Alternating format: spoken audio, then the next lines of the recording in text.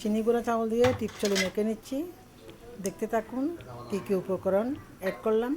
চিনি, নারিকেল, শুকনো দুধ পাউডার, কিশমিশ, কাজু বাদাম আর হচ্ছে দেশি বাদাম।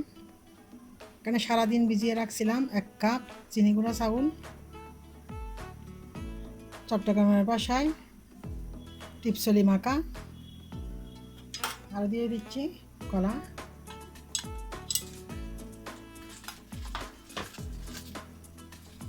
এটা ভালোভাবে মেখে নিতে হবে।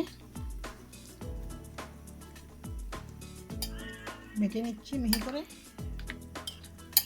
সব কিছু ভালোভাবে মেখে নিয়েছি। একটু খেয়ে দেখলাম, খুব টেস্ট হয়েছে। অল্প করে লবণ দিয়েছি।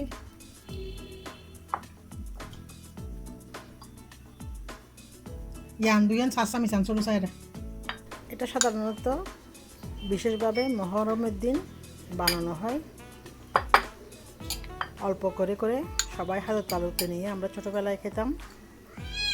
প্রত্যেকটা করে এটা বানানো হতো।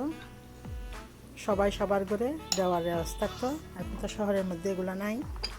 তারপর আমি আমার বাচ্চাদেরকে, আমার ফ্যামিলির সবাইকে মহরমের দিন চাটগাঁয়া টিপসলি বানিয়ে খাওয়াবার চেষ্টা করি।